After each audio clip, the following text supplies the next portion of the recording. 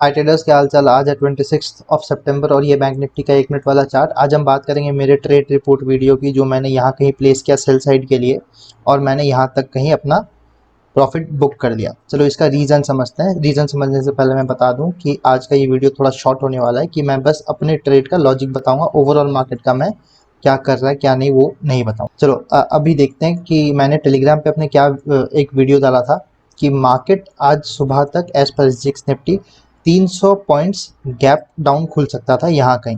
ठीक है, तो मैंने ये कहा कि बायर्स तो हो गए ट्रैप, सेलर्स जो यहाँ बच रहे हैं उनको हम ट्रैप कैसे कर सकते हैं। अगर मार्केट सपोज गैप डाउन खुल के ऊपर की तरफ मूवमेंट करता है और हल्का रिजेक्शन लेता है, तो तब हम यहाँ पे बाय साइड का सेटअप बना सकते हैं इनको ट्रैप करने।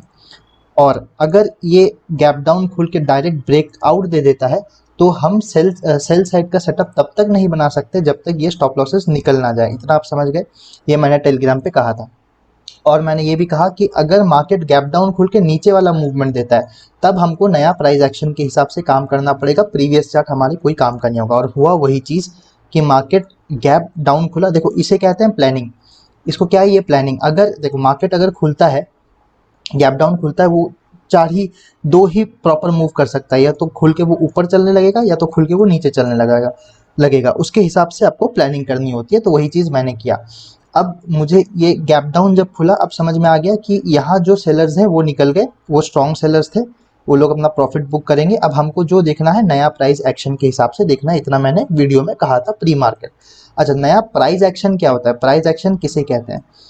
प्राइस का मूवमेंट से हम क्या डिराइव कर सकते हैं और उससे फ्यूचर का हम क्या अंदाज़ा लगा पाएंगे, हम उसे प्राइस एक्शन कहते हैं। ठीक है, जब मैं कहता हूँ कि प्राइस एक्शन आपको देखना है तो आपको ये चीज़ समझनी पड़ेगी कि प्राइस के मूवमेंट को ही देख के हमको अजम्पशन निकालना होता है और कुछ भी नहीं है। आपको दो चीज़ों के ही पूरा मार्केट में सपोर्ट मिलेगा, एक खुद प्राइस और एक वॉल्यूम, अगर आप उसे कंफर्मेशन की तरह रखना चाहते हो तो। ठीक, मैंने कहा है कि अगर मार्केट गिरता है, एट अ स्ट्रेच गिरता है, मैं क्या कह रहा हूँ, अगर मार्केट एट अ स्ट्रेच गिरता है तो यहाँ पे हमको कोई भी ट्रेड में जल्दबाजी में नहीं बैठना। ठीक है, मैं ये सब हाइड कर देता हूँ, वॉल्यूम भी हाइड कर देता हूँ। अब क्लियर हो गया। ठीक है, मार्केट एक ही स्ट्रेच में गिरता है तो हमको कोई चीज़ जल्दबाजी में नहीं लेनी, हमको प्राइस एक्शन समझना पड़ेगा। सबसे पहला नेसेसिटी वो होता है मार्केट में ट्रेड करने से पहले। देखो आपको यहाँ पे दो एक्टिविटी दिखेगी। प्राइस खुलता है, यहाँ पे ऊपर जाता है, फिर अचानक से गिरता है, कोई एक्शन नहीं, हम कुछ नहीं करेंगे। हमको जब तक समझ में नहीं आ रहा हम मार्केट को छुएंगे नहीं। उसके बाद एक सपोर्ट लेता है डायरेक्ट एक जोन से, फिर वापस से रिवर्स। ये जो वी शेप रिकवरी देता है, इसका कुछ आपको इन्फ्लुएंस निकल रहा है? आपको दिख रहा है कि यहाँ से सेलर्स जितने पावरफुल थे, बायर्स भी उतने पावरफुली उसको ऊपर लेके गए। आपको इतना समझ में आ गया। बट मार्केट में हुआ क्या, ना ब्रेकआउट हुआ इस लेवल का। ठीक है, मार्केट वहीं से घूम गया। ये भी आपको समझ में आ गया, मार्केट वहीं से घूम गया। हमको यहाँ तक भी कोई ट्रांजैक्शन दिख नहीं रही थी, क्योंकि आप रैंडमली कोई भी रेड और ग्रीन कैंडल पे सेलिंग या बाइंग नहीं कर सकती। आपको देखना पड़ेगा, रैंडम ट्रेड से बचो जब तक आपके पास कोई एक सही से लॉजिक ना बैठे। लॉजिक बिठाना है, वो सबसे ज़रूरी चीज़ है। देखो ये जो वी रिकवरी थी इसकी कोई लॉजिक नहीं थी। बायर्स, सेलर्स और बायर्स दोनों नेट हो गए। ठीक है, अब मार्केट क्या करता है, ये क्या बनाया इसने, इसने एक पॉइंट यहाँ पे बना दिया, ये हो गया लो, ये हो गया हाई। ठीक है, अब देखो प्राइस एक्शन कैसे फ्रेम होता है, हम कैसे देखते हैं। ये दो पॉइंट हमको मिल गया, दो पॉइंट के बाद अब मार्केट क्या करता है, ये डे लो था ना, मार्केट सीधा वीक करता है और डे लो को ब्रेक करता है। करेक्ट, यहाँ पे अब एक्टिव होने लगेंगे सेलर्स। ठीक है, हमने कैसे अजम्पशन लगाया देखो। अब हमको प्राइस एक्शन क्लियर दिख रहा है कि यहाँ पे अब एक्टिव होने लगे कौन, सेलर्स। और ये कौन सा जोन है, आप अगर अगर थोड़ा क्लियरली इसे देखो तो ये 38,700 वाला जोन है। ये कहीं ना कहीं 38,700 वाला प्राइस है। देखो अगर कोई भी पार्टी, देखो कितना अच्छा मूव आया है सेलर्स के साइड में, और ये बायर्स के साइड का मूव देखो, आपको एक डिफरेंस पता चल रहा है। यहाँ पे सेलर स्ट्रांग है, ऐसा कह लो कि यहाँ पे जो सेलिंग जिन्होंने यहाँ पे की थी उन्होंने वापस से कंटिन्यूली अपना पैसा यहाँ पे लगाया। ये एक मूव देखो, ये एक मूव देखो। करेक्ट, 5 मिनट में मैं आपको दिखाता हूँ। 5 मिनट में अगर हम उसी चीज़ को देखते हैं, आपको दिख रहा है ये मूव देखो, दो कैंडल्स और ये कैंडल्स देखो। आपको क्या लग रहा है कौन यहाँ पे स्ट्रांग है? क्लियरली कोई किसी बच्चे को भी अगर पूछोगे कि रेड कैंडल स्ट्रांग है या ग्रीन कैंडल स्ट्रांग है, वो डेफिनेटली वो यहाँ पे यही बोलेगा कि सेलर्स ज़्यादा स्ट्रांग है इस मार्केट में, ठीक है।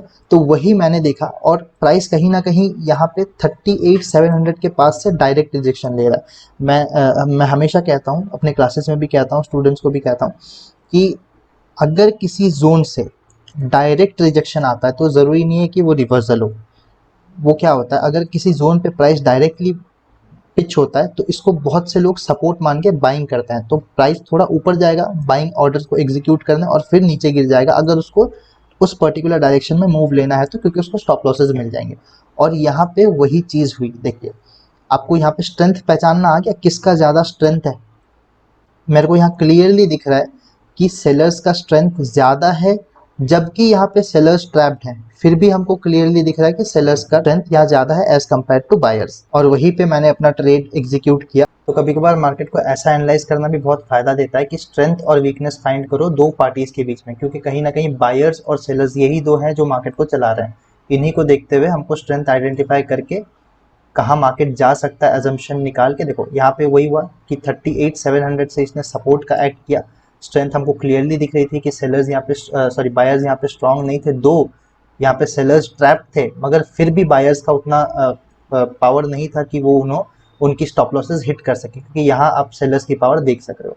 तो यहाँ कहीं मैंने अपना ऊपर पे ही अपना पोजीशन फॉर्म किया और यहाँ तक मैंने एग्जिट कर दिया।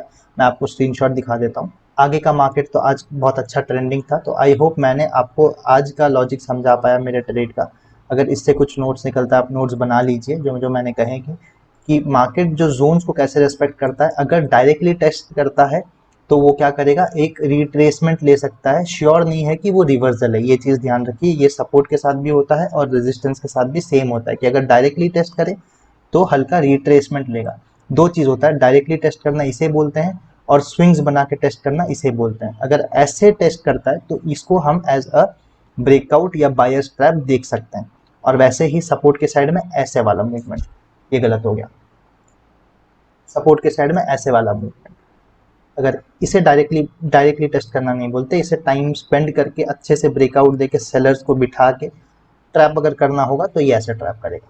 तो आई होप आपको आज का लॉजिक समझ में आया हो। शॉर्ट वीडियो रखते हैं।